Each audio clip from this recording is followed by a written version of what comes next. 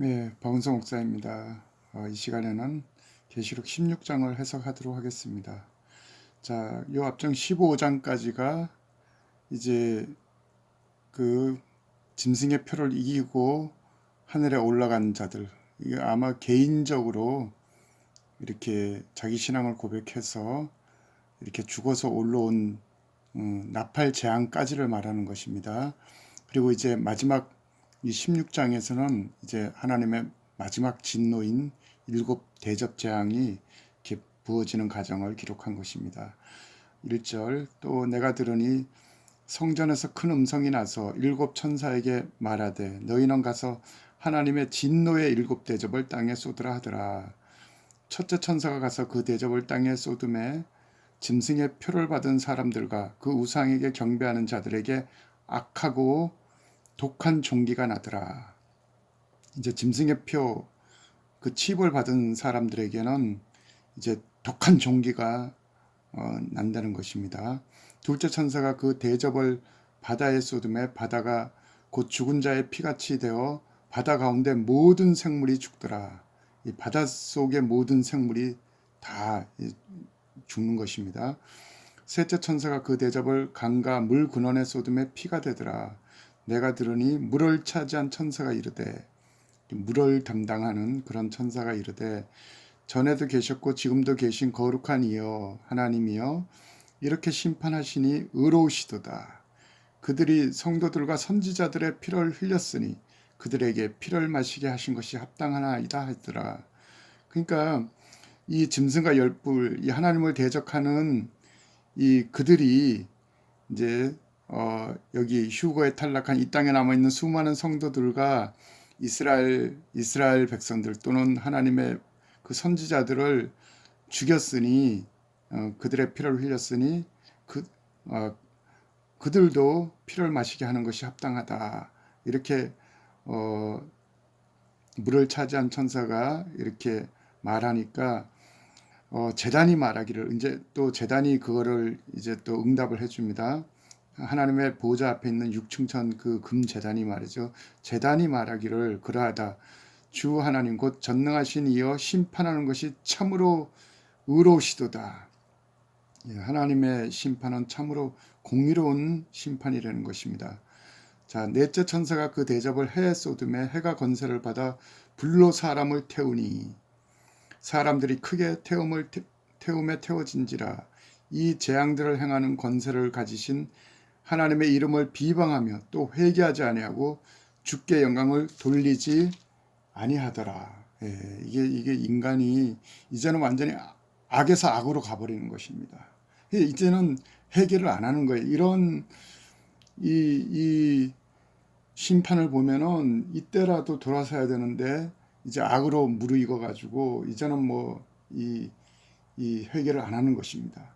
10절 또 다섯째 천사가 그 대접을 짐승의 왕자에 쏟으니 이 짐승의 왕자는 제3성전 그 지성소 거기 보좌에 앉아 있는 그 짐승의 보좌에 쏟으니 그 나라가 어두워지며 사람들이 아파서 자기 혀를 깨물고 아픈 것과 종기로 말미암아 이게 이제 짐승의 표 때문에 독한 종기가 나는데 그 종기로 말미암아 하늘의 하나님을 비방하고 그들의 행위를 회개하지 아니하더라. 이 특징이 이제 악에서 악으로 극악으로 가가지고 이제 회개가 전혀 안 되는 것입니다. 자, 이제 12절 여섯째 천사가 그 대접을 큰 강 유브라데에 쏟음에 강물이 말라서 동방에서 오는 왕들의 길이 예비되었더라. 자, 이제 마지막 때 이제 아마겟돈에 모이는 빅3 군대를 제가 14장에서 설명을 드렸지요. 이 마지막 때는 짐승과 열불은 아예 이 후 3년 반이 시작되면은 짐승과 열불이 예루살렘, 큰 성 예루살렘, 거기가 큰 성 바벨론입니다. 그 바벨론, 예루살렘을 중심으로 온 세계를 통치를 하고 있고, 그 다음에 이제 요 마지막 때가 되면 아마겟돈으로 더 큰 군대 두 개가 오는데 하나는 에스겔 38장 39장 러시아를 중심으로 하는 고개 군대가 오고 그 다음에 이제 지금 말하는 이스라엘 그 동편 유브라데 강물이 마르면서 동방에서 오는 왕들 지금 중국 군대, 인도 군대, 뭐 이란, 이란은 이제 고개 군대에 들어가죠. 바사니까. 하여간 유브라데 동쪽에 또 얼마나 많은 아시아의 나라들이 있습니까? 그 왕들이 다 이제 이 아마겟돈으로 모인다는 거예요. 그 13절 내가 보니 개구리 같은 새 더러운 영이 용의 입과 짐승의 입과 거짓 선자의 입에서 나오니 흔히 말하는 악삼일체죠. 용, 짐승, 거짓 선지자. 그 입에서 이제 그 더러운 영이 나오는데 그들은 귀신의 영이라 이적을 행하여 온 천하 왕들에게 가서 하나님 곧 전능하신 이의 큰 날에 있을 전쟁을 위하여 그들을 모으리라. 그러니까 계속 아마겟돈 전쟁을 위해서 이제 천하의 왕들을 아마겟돈으로 모은다는 것입니다. 자, 15절 잘 들어보십시오. 보라, 내가 도둑같이 오리니 누구든지 깨어 자기 옷을 지켜 벌거벗고 다니지 아니하며 자기의 부끄러움을 보이지 않은 자는 복되도다. 예수님이 느닷없이 도둑같이 온다는 말씀을 여기서 또 하셨어요. 이게 사실은 이제 열처녀 비유에서나 종말장들에서 보면은, 자, 그래서 교회와 이스라엘의 것을 이렇게 분리를 해야 됩니다. 교회 이 전삼년반이 지나고 휴거가 될 때도 너희들은 깨어 있으라. 내가 도둑같이 온다고. 그때도 그걸 강조했는데 그때는 이제 교회 휴거의 시간이 오니까 너희들이 깨어 있으라. 응? 신랑이 언제 올지 모른다. 집주인이 언제 올지 모른다. 이렇게 그때 도둑같이 온다. 이렇게 표현을 했고, 그럼 여기 왜 또 도둑같이 오느냐? 이것은 이스라엘 야곱 환란 때문에 그렇습니다. 이스라엘 남은 자들을 향하는 말이에요. 이스라엘 렘넌트들이 거기는 이제 이 온전하게 이 3년 반을 다 지나기 때문에 물론 모세의 노래를 부르는 자들도 올라갔겠지만은 여기에 아직도 그 남아 있는 자들에게 내가 이스라엘 남은 자들에게 도둑같이 오리니 누구든지 깨어 자기 옷을 벌거벗고 다니지 아니하며 부끄러움을 보이지 않은 자는 복이 있도다. 예. 그래서 끝까지 견디는 자는 이제 이스라엘이 구원을 보지요. 그 유골 입고 그들의 메시아 왕국으로 들어가는 것입니다. 그래서 15절은 특히 남아있는 유대인들이 유념해야 되는 거예요. 새 영이 히브리어로 아마겟돈이라 하는 곳으로 왕들을 모으더라. 자, 이 아마겟돈 17절 일곱째 천사가 그 대접을 공중에 쏟음에 큰 음성이 성전에서 보좌로부터 나와서 이르되 되었다 하시니. 자, 이제 하나님의 모든 이제 심판이 다 이제 이루어졌다는 것입니다. 그래서 다 되었다 하느니 번개와 음성과 우레소리가 있고 또 큰 지진이 있어. 얼마나 큰지 사람이 땅에 있어 온 이래로 이같이 큰 지진이 없더라. 이제 큰 지진이 이제 감람성과 예루살렘 성에 임하는데 큰 성이 세 갈래로 갈라지고 만국의 성들도 무너지니 곧 큰 성 바벨론이 하나님 앞에서 기억하신 바 되어 그의 맹렬한 진노의 포도주 잔을 받으며 각 섬이 없어지고 산악도 간데 없더라. 스가랴서 14장 4절에도 그렇게 돼 있죠. 이제 이 지진에 의해서 먼저 감람산이 갈라집니다. 14장 이제 4절에 4절에 그렇게 돼 있죠. 그날에 이 구약 성경에서 그날 그러면 하나님의 심판의 날입니다.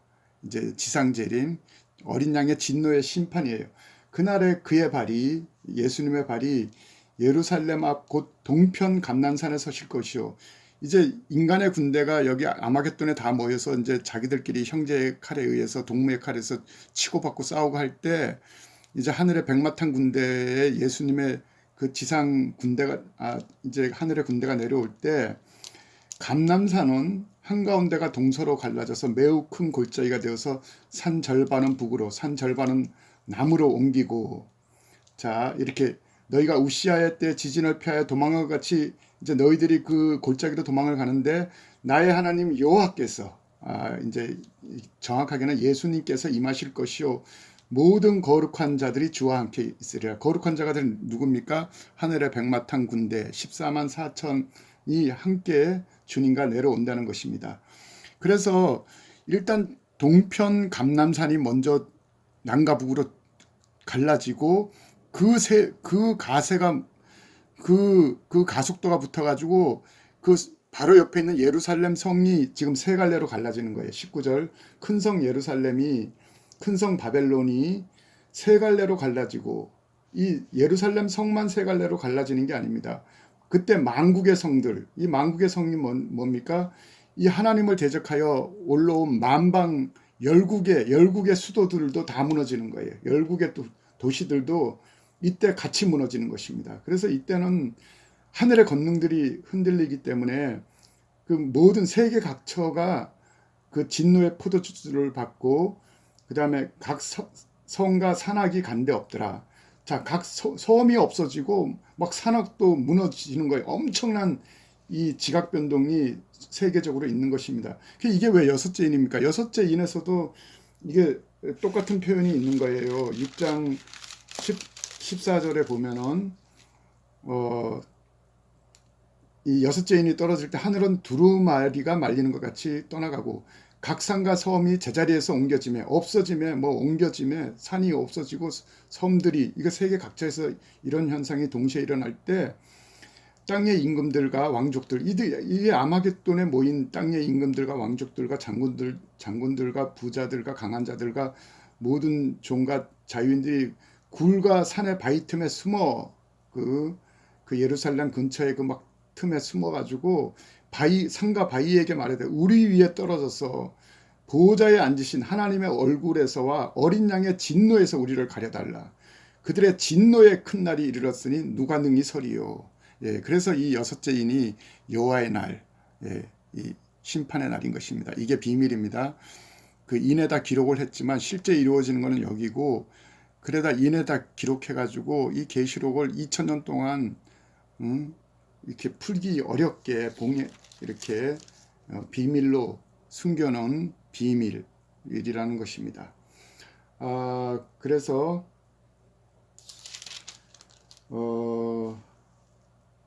또 무게가 한 달란트나 되는 큰 우박이 하늘에서부터 사람에게 내림에 사람들이 그 우박 재앙 때문에 하나님을 비방하니 그 재앙이 심히 큼이더라.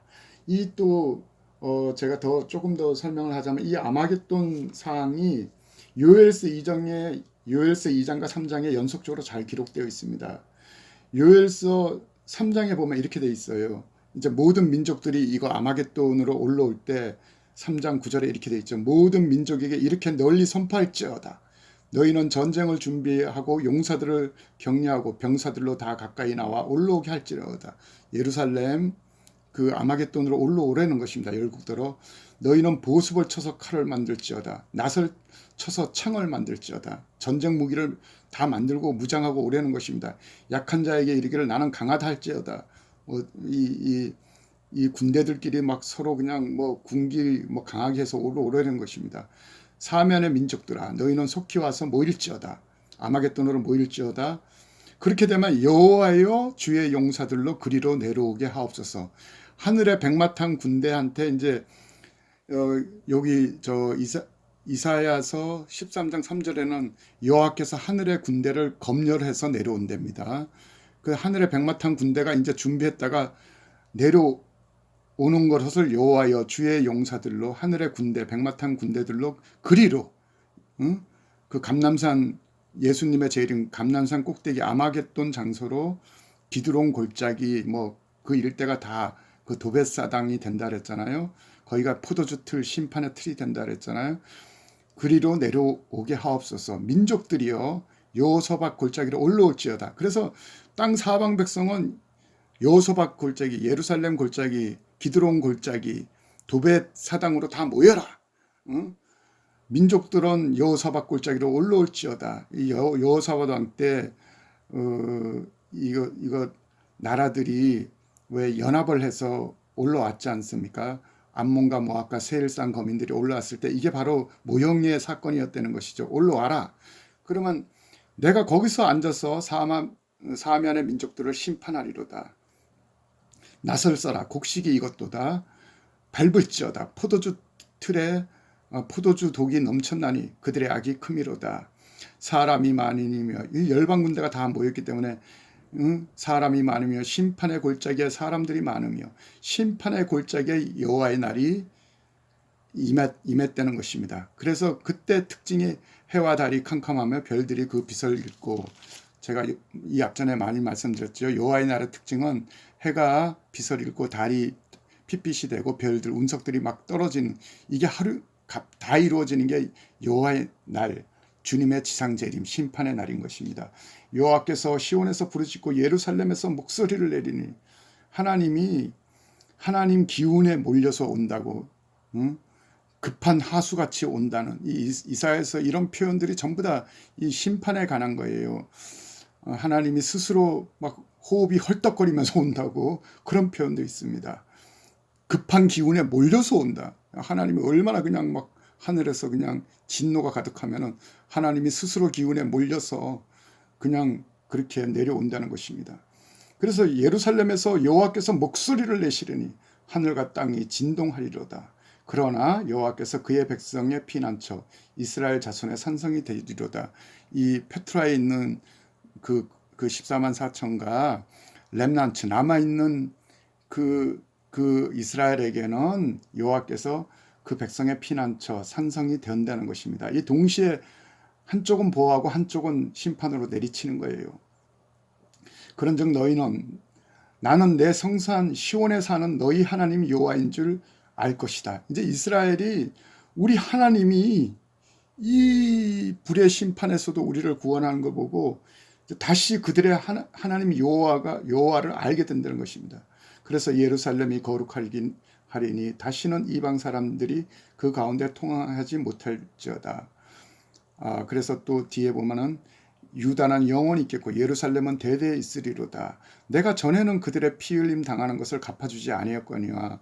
그러니까 구약 신약 온 막 제국들이 막 이스라엘을 유린했지요. 물론 그들의 제약 때문에 그렇지만은 피 흘림 당하는 것을 하나님이 안 갚아줬는데 이제는 피의 보복을 해주리니 이는 여호와께서 시온에 거하심이라. 이제 주님이 내려와서 이제 만왕의 왕으로 예루살렘, 그때 예루살렘은 스가랴서 14장 10절에 보면은 예루살렘이 높이 들립니다. 예루살렘이 높이 들려서 이제 뭐 산과 섬이 없어지는 반면에 또 예루살렘은 높이 들려요. 엄청난 지각 변동에 의해서 예루살렘이 높이 들려서 그 본처에 있으리니, 옛날에 언젠가 예루살렘이 그 원래 위치가 높은 곳이었는데 지금은 낮아져 있는데 그게 다시 원래 높은 위치로 된다는 것입니다. 아마 우리가 모르는 어떤 분명히, 그러니까 그래서 전에도 계셨고 지금도 계시고 앞으로 오실, 그러니까 전에도 계셨을 때 예루살렘은 높이 있은 적이 있었다는 것이죠. 그래서 이 천년왕국 때는 다시 예루살렘이 본 위치를 찾는다고 이렇게 기록이 되어 있는 것이죠. 아마 우리가 모르는 그 멜기세덱 제사장 때 이런 일이 있었고, 그리고 한 번 심판이 있었고, 이건 지금 이제 이것은 이제 불에 의한 심판이 또 있는 것이죠. 자, 16장 해석은 이걸로 마치겠습니다. 감사합니다.